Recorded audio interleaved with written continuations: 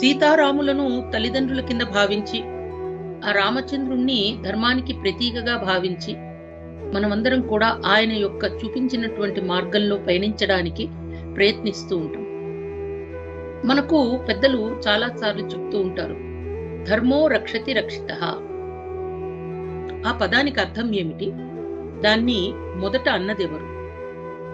ధర్మో రక్షతి రక్షితః అంటే ఆ ధర్మాన్ని గనక మనం ధైర్యంతో నియమబద్ధులమై ఆచరిస్తే ఆ ధర్మమే మనని కాపాడుతుంది. ధర్మో రక్షతి రక్షితః.